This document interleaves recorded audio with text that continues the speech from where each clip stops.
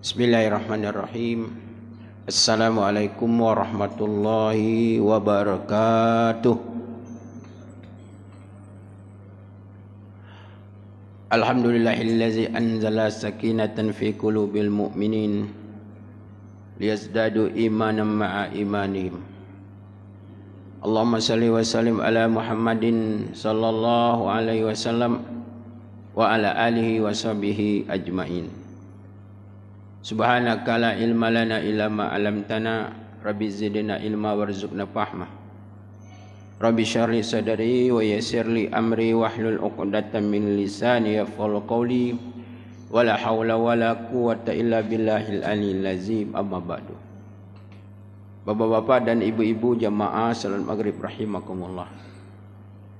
Marilah kita senantiasa memanjatkan puji dan syukur kita kehadiran Allah Subhanahu wa taala atas segala limpahan rahmat nikmatnya sehingga kita berkesempatan untuk dapat hadir salat maghrib secara berjemaah.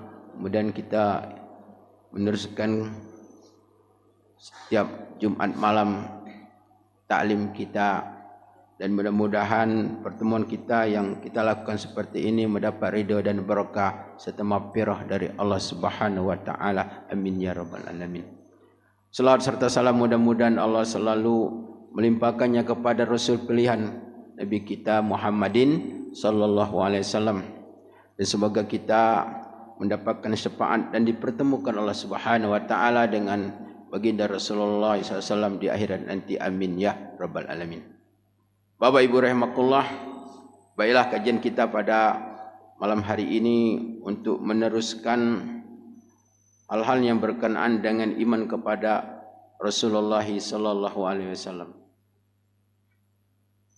Kalau minggu yang lalu kita berbicara tentang wazifatul Rasul, yaitu tugas-tugas Rasulullah sallallahu alaihi wasallam sebagai utusan Allah Subhanahu wa taala. Maka pada malam hari ini adalah kewajiban umat Nabi Muhammad kepada Rasulullah sallallahu alaihi wasallam. Ada beberapa hal yang wajib kita ketahui sebagai umatnya tentang kewajiban kita kepada Nabi kita Muhammad sallallahu alaihi wasallam. Di antaranya adalah beriman kepada Rasulullah sallallahu alaihi wasallam. Beriman dengan sebenar-benar iman, lahir dan batin, baik perkataan maupun perbuatan. Nabi Muhammad sallallahu alaihi wasallam adalah diutus Allah Subhanahu wa taala adalah untuk seluruh umat manusia, bahkan untuk jin, bahkan untuk seluruh makhluk Allah Subhanahu wa taala. Dalam sebuah hadis Rasulullah SAW menjelaskan, qala Nabi sallallahu alaihi wasallam, wallazi nafsi biyadi Muhammad la yusmi'u bi ahadun min hazihil ummah Yahudi aw Nasrani summa yamutu walam yu'min billazi arsaltu bihi ila kana min ashabin nar. Hadis diriwayatkan oleh Imam Muslim. Demi Allah, kata Rasulullah, tidaklah seseorang mendengar namaku dari umat ini, baik Yahudi maupun Nasrani, kemudian dia mati dan dia belum beriman dengan apa yang aku bawa, kecuali dia adalah menjadi penghuni neraka. Jadi siapapun manusia sejak Nabi Muhammad sallallahu alaihi wasallam diutus sebagai utusan Allah Subhanahu wa taala, lantas dia pernah mendengar nama Nabi Muhammad sallallahu alaihi wasallam, kemudian dia tidak beriman, maka dia adalah mati dalam keadaan kafir kepada Allah Subhanahu wa taala.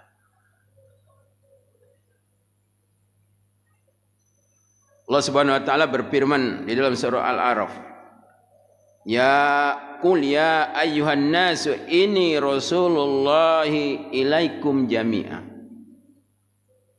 katakanlah, hai manusia, sesungguhnya aku adalah utusan Allah untuk kamu semua.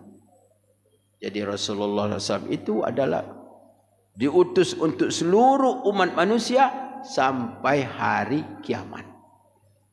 Sampai hari kiamat. Jadi siapapun yang beriman sejak Rasulullah diutus, kemudian dia tidak beriman kepada Rasulullah SAW. Dia beriman kepada para nabi dan rasul sebelum diutus Rasulullah SAW, maka keimanannya, ibadahnya, semuanya adalah tidak diterima oleh Allah Subhanahu wa Ta'ala. Dan seorang nabi terakhir yang diutus Allah Subhanahu wa Ta'ala adalah Nabi Isa alaihissalam.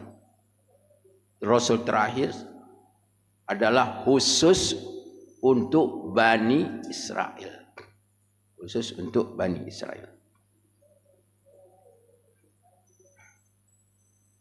Kemudian firman Allah Subhanahu wa Ta'ala, wa ma arsalnaka ila kafatan linnasi basyiran wa nazira.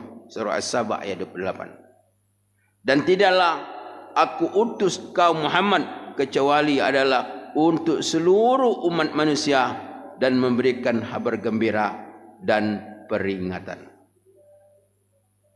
Jadi ini adalah ayat-ayat yang menjelaskan bahwa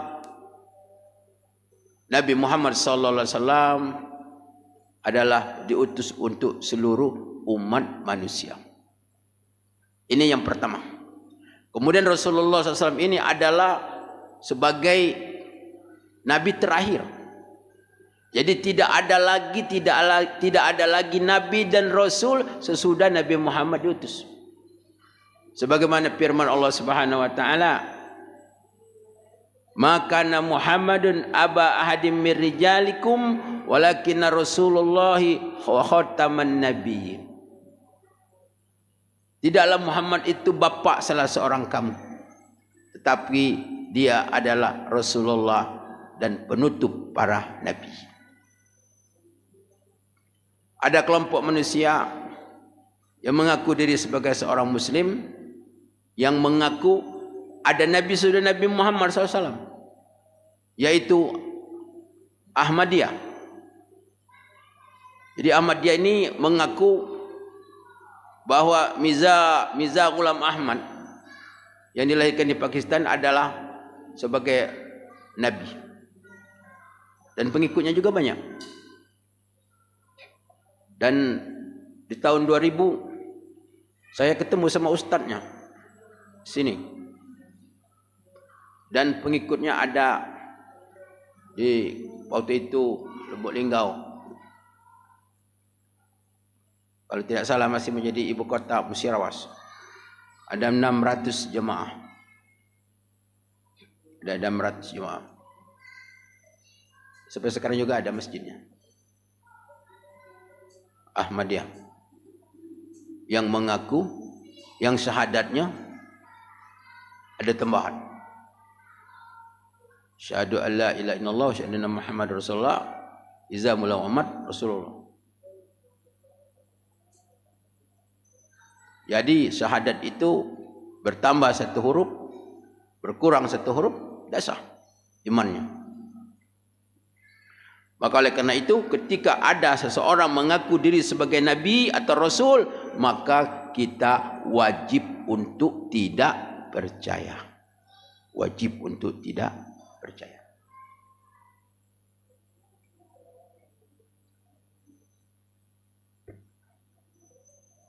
Para ulama ahli sunnah wal jamaah pertama adalah mengimani dan meyakini bahwa Rasulullah adalah utusan Allah yang paling mulia dan penghulu seluruh makhluk Allah Subhanahu wa Ta'ala. Penghulu seluruh makhluk Allah Subhanahu wa Ta'ala. Jadi Rasulullah SAW ini adalah semulia-mulia makhluk. Dalam ayat dikatakan, wa ma arsalnaka ila rahmatan lil alamin. Dan tidaklah aku utus kau Muhammad kecuali menjadi rahmat untuk alam semesta. Rasulullah SAW ini adalah Nabiullah, Rasulullah yang sangat mulia dan agung. Dari seluruh makhluk Allah Subhanahu wa ta'ala. Kalau kita melihat, kalau kita membaca banyak hadis Rasulullah SAW, bagaimana Rasulullah berbicara dengan pohon, bagaimana Rasulullah berbicara dengan batu, bagaimana Rasulullah berbicara dengan binatang dan lain sebagainya. Dan ternyata makhluk-makhluk itu berselawat kepada Rasulullah SAW.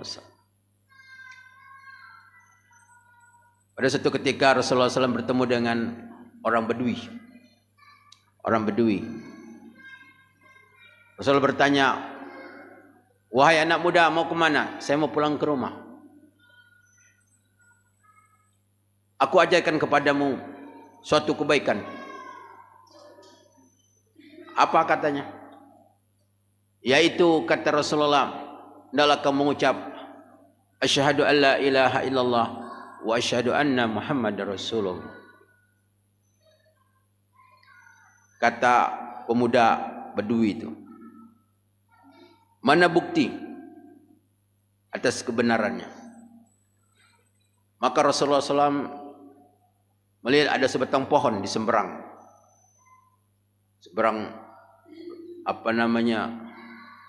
lembah. Kemudian Rasulullah SAW memanggil pohon itu supaya datang. Pohon itu datang. Kemudian pohon itu datang dan pohon itu berbicara dengan bahasa manusia. Dan mengucapkan 3 kali dia mengucap, "Asyhadu an la ilaha illallah wa asyhadu anna Muhammadar Rasulullah." Kemudian anak muda itu berkata, "Saya akan pulang dulu untuk mengajak kaum saya untuk beriman kepadamu. Kalau mereka tidak mau, saya akan beriman kepadamu." Begitu juga pada suatu ketika Rasulullah SAW melihat anaknya Fatimah sedang menumbuk gandum. Karena gandum ini banyak. Kemudian dia melihat anaknya menangis. Kemudian kata Rasulullah SAW, kenapa putriku kau menangis?" Maka anaknya mengatakan, "Saya capek." Kalau kata Rasulullah SAW, kalau capek biar saya yang kerja. Kemudian Rasulullah pun menumbuk gandum dengan batu. Kemudian Allah Subhanahu wa ta'ala memerintah kepada batu untuk kerja sendiri menumbuk. Maka batu itu secara otomatis, secara otomatik, top, numbuk batu. Kemudian batu pun menangis. Rasulullah SAW bertanya kepada batu, "Wahai batu, kenapa kau menangis?" Batu itu mengatakan, "Saya capek." Kata Rasulullah SAW, "Kalau kau capek, kau berhenti." Kata batu itu, "Saya takut kepada Allah Subhanahu wa ta'ala." Maka Rasulullah SAW berkata, "Engkau nanti di akhirat akan dijadikan pondasi rumah anakku Fatimah." Maka batu mendengar kata-kata Rasulullah, batu pun bergembira. Dia akan dimasukkan Allah Subhanahu wa ta'ala ke dalam surga.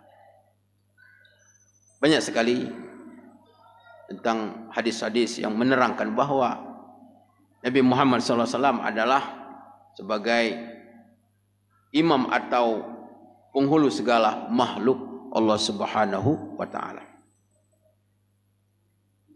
Kemudian Nabi Muhammad SAW, walaupun dia adalah seorang Nabi, seorang Rasul yang agung dan tinggi dan mulia, tetapi dia adalah juga sebagai hamba Allah Subhanahu wa ta'ala. Jadi sebagai hamba Allah Subhanahu wa ta'ala artinya tidak boleh disembah. Tidak boleh menudukkan kedudukan Rasulullah SAW itu di atas kedudukannya yang telah ditetapkan oleh Allah Subhanahu wa ta'ala. Sehingga pada suatu ketika Rasulullah SAW datang.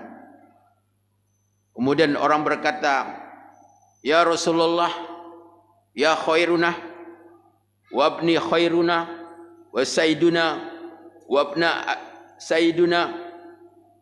Wahai Rasulullah, wahai penghulu kami, wahai anak penghulu kami. Jadi mereka mengangkat-angkat Rasulullah SAW. Faqala, maka Rasulullah berkata, "Ya ayyuhan nas, qulu qaulakum wa la tastahwinakum wa musyaitanu. Ana Muhammad Abdullahi wa rasuluh." Wahai manusia, peliharalah ucapanmu. Janganlah kamu terpedaya dengan setan. Jadi Rasulullah tidak mau dia. Rasulullah tidak mau. Janganlah kamu terpedaya, terbujuk dengan rayuan setan. Jadi mengangkat Rasulullah SAW. Ana Muhammad Abdullah wa rasuluh.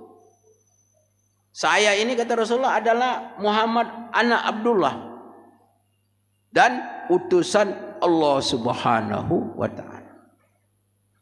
Ma uhibu antar pa'ani fawqa manzilati allati anzalatillahu azza wa jalla. Aku, kata Rasulullah, tidak senang kamu mengangkat aku di atas derajat aku yang telah ditentukan oleh Allah Subhanahu wa ta'ala. Jadi Nabi Muhammad SAW adalah apa? Hambanya dan utusannya. Ana Muhammad Abdullah, hamba Allah dan utusan Allah Subhanahu wa ta'ala. Jadi ada orang mengangkat derajat seseorang itu di atas daripada kedudukannya. Ini tidak boleh. Namanya al-ghulu. Al-ghulu ini adalah berlebih-lebihan di dalam hal mengagung-agung, mengangkat derajatnya seseorang. Ini tidak boleh. Jadi walaupun Rasulullah SAW adalah manusia, makhluk Allah SWT yang paling agung dan paling mulia, tetapi dia tetap sebagai hamba Allah Subhanahu wa ta'ala dan tidak boleh diangkat derajatnya sama dengan Allah Subhanahu wa ta'ala. Bapak Ibu rahimakumullah, ini kewajiban kita yang pertama.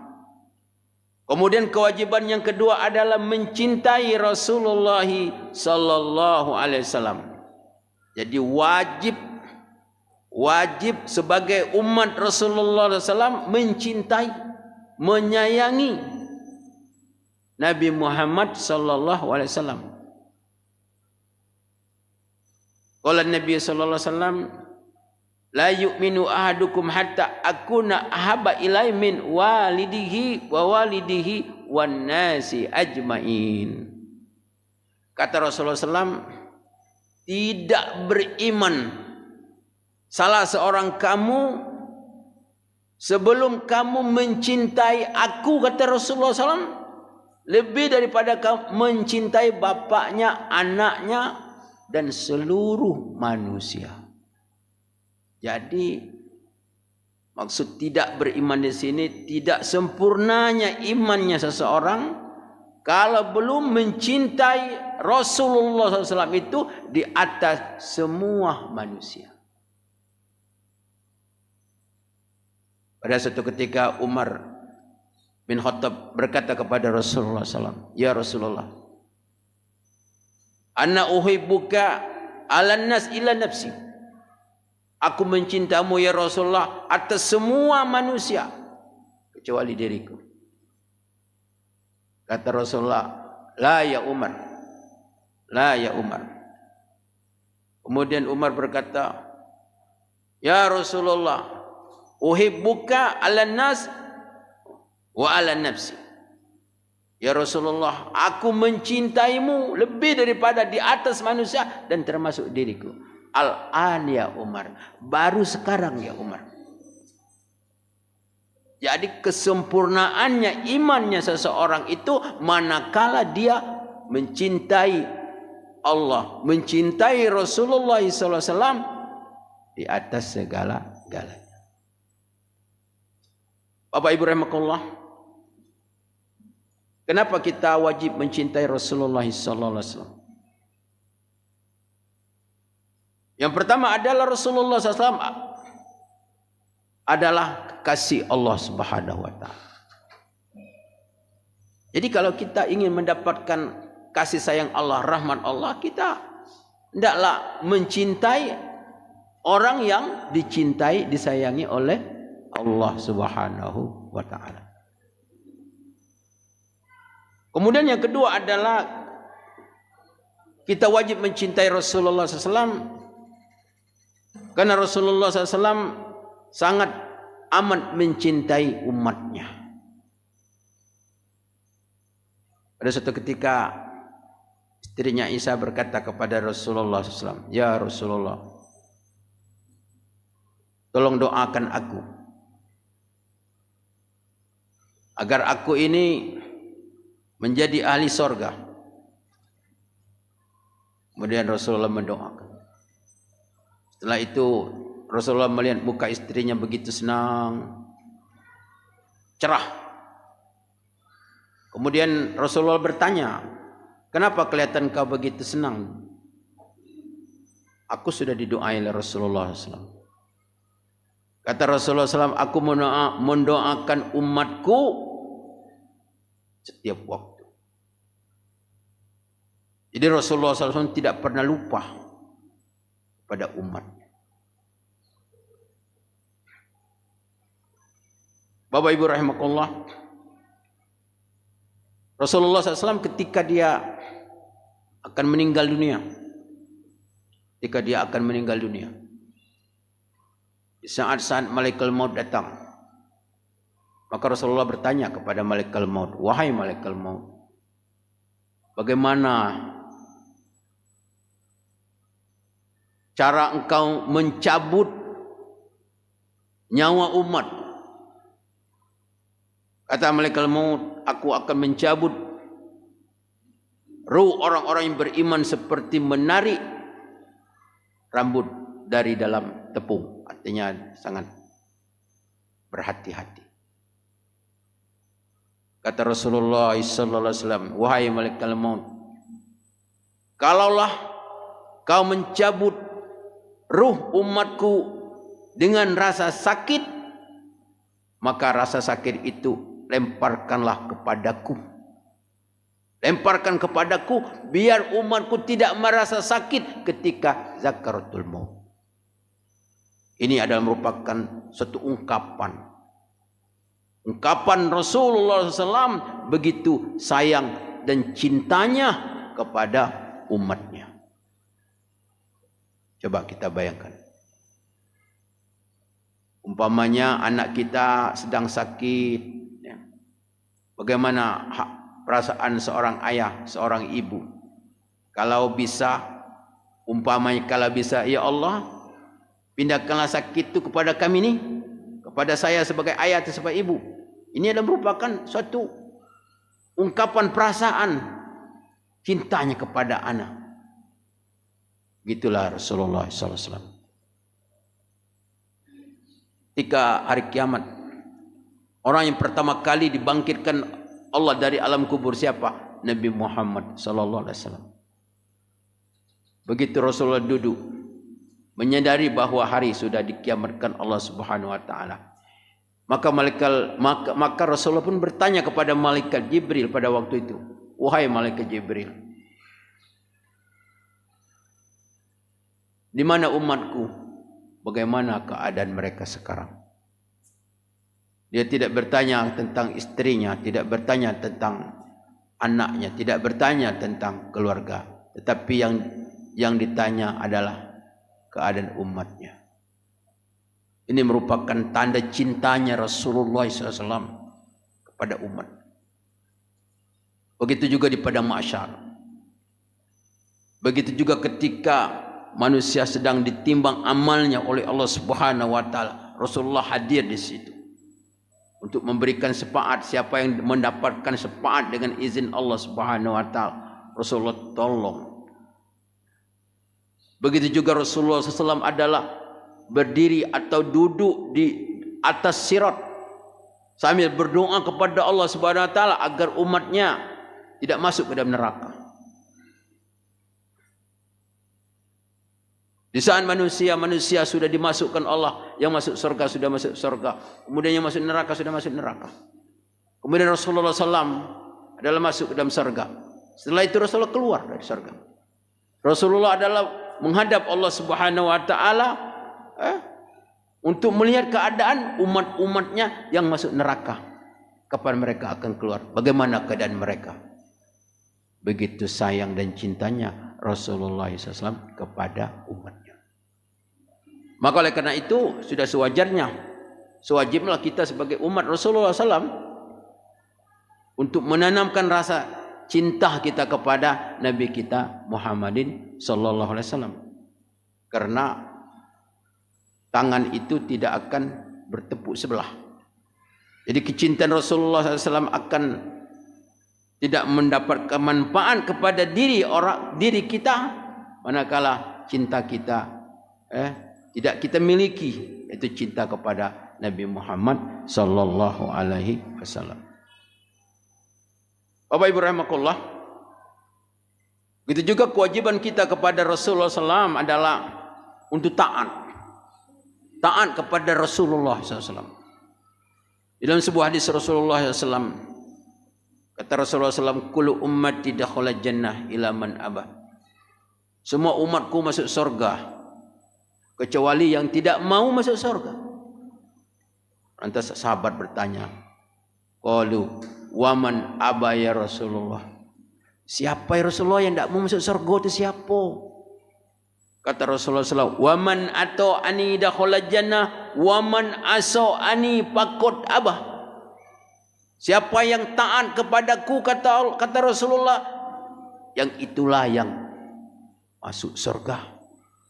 Siapa yang bermaksiat kepadaku, berarti dia tidak mau masuk surga. Jadi kita bertanya kepada diri kita, sudah sejauh mana ketaatan kita kepada Nabi Muhammad sallallahu alaihi wasallam. Allah Subhanahu wa taala berfirman, wa may yuti'ir rasul faqad ata Allah. Siapa yang taat kepada Rasul, maka sesungguhnya dia taat kepada Allah Subhanahu wa taala. Siapa taat kepada Rasul, taat kepada Allah. Siapa yang bermaksiat kepada Rasul, berarti bermaksiat kepada Allah, menentang Allah, bersemberangan dengan Rasul, berarti dia adalah bersemberangan dengan Allah Subhanahu wa taala. Kemudian ancaman-ancaman orang-orang yang tidak mau taat kepada Rasul. Di dalam satu ayat Allah berfirman, "Falyazzarul ladzina yukhalifuna an amrihi an tusibahum fitnah aw yusibahum azabun alim."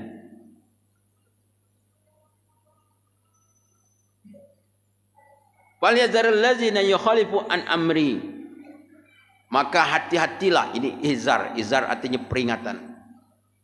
Maka diingatkan orang-orang yang menyalahi perintah Rasul. Antusibahum fitnah. Yang pertama, dia akan mendapat bala dan musibah di dunia. Au yusibahum azabun alim, atau dia mendapat azab di akhirat nanti. Jadi orang yang bersemberangan dengan Nabi Muhammad SAW, orang yang meninggalkan ketaatan kepada Nabi Muhammad SAW, maka dia akan mendapatkan dua hal. Yang pertama, dia akan mendapatkan fitnah. Dia akan mendapatkan teguran dari Allah Subhanahu wa taala di dunia ini. Itu masih Allah merasa sayang agar dia kembali. Diberi Allah azab. Walanuzikul azabil adna dunal azabil akbari la'allahum yarji'un. Kami benar-benar akan merasakan azab kepada mereka, azab yang ringan, bukan azab yang berat, kata Allah, agar mereka kembali ke jalan yang benar. Jadi diingatkan Allah Subhanahu wa taala. Tapi kalau dia tidak diingatkan Allah Subhanahu wa taala, au yusibau azabun alim, maka mereka akan mendapatkan siksaan di akhirat nanti. Kemudian yang terakhir adalah menghidupkan sunnah Rasulullah SAW. Menghidupkan sunnah. Di dalam sebuah hadis Rasulullah dikatakan, man ahya sunnati indal fasadil ummah falahu ajrun mi'atus syahid. Siapa yang menghidupkan sunnahku, kata Rasulullah SAW, ketika rusaknya umat. Jadi di saat manusia sudah rusak, maka ada orang-orang yang masih mampu untuk menghidupkan hidup di dalam sunnahnya Rasulullah SAW, maka kata Rasulullah, falahu ajrun mi'atus syahid. Dia mendapatkan pahala, yaitu seperti pahala 100 orang mati syahid. Masya Allah. Jadi zaman sekarang kan, zaman rusak.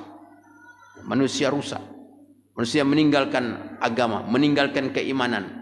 Manakala kita mampu untuk mempertahankan, untuk menghidupkan sunnah, terutama sekali pada diri kita sendiri atau pada keluarga kita, paling tidak, maka kita akan mendapatkan pahala yang sangat besar di sisi Allah Subhanahu wa taala. Kemudian yang terakhir, Bapak Ibu rahimakumullah, kewajiban kita adalah banyak-banyak kita membaca selawat kepada Nabi Muhammad sallallahu alaihi wasallam. Jadi selawat ini sangat betul-betul, sangat besar pahalanya. Ketika Rasulullah Isra Mi'raj, Rasulullah bertemu dengan malaikat. Malaikat itu bukan main besarnya. Dia punya 1000 tangan. Setiap tangan punya 1000 jari. Kemudian Rasulullah SAW bertanya kepada malaikat tersebut. Apakah, kata malaikat, apa pekerjaannya? Saya adalah untuk mengetahui tentang curah hujan. Kata Rasulullah SAW, apa kau mengetahui curah hujan sejak Nabi Adam sampai sekarang? Kata malaikat itu, saya mengetahui berapa curah hujan yang turun ke bumi sejak Nabi Adam dilahirkan sampai sekarang. Tapi saya tidak bisa untuk menghitung tentang kebaikan yang diterima orang berselawat kepadamu. Selawat kepada Rasulullah SAW lebih banyak kebaikannya dari curahan hujan dari Nabi Adam sampai sekarang. Tapi karena kita ini masih hidup, kita tidak tahu tentang kebaikan, tetapi kita yakin bahwa membaca selawat kepada Rasulullah SAW merupakan suatu fadilah yang sangat besar. Maka banyak-banyaklah kita berselawat kepada Nabi Muhammad SAW. Dalam hadis lain dikatakan juga, orang yang paling duduk dekat denganku pada hari kiamat, kata Rasulullah, orang yang paling banyak membaca selawat. Jadi kalau kita banyak baca selawat, banyak besar, insya Allah kita akan duduk dekat Nabi Muhammad sallallahu alaihi wasallam. Bapak Ibu rahimakumullah, demikian kajian kita pada kesempatan ini. Mohon maaf atas segala kekurangan dan kehilapan kepada Allah. Mohon ampun, wabillahi taufiq wal hidayah. Wassalamualaikum warahmatullahi wabarakatuh.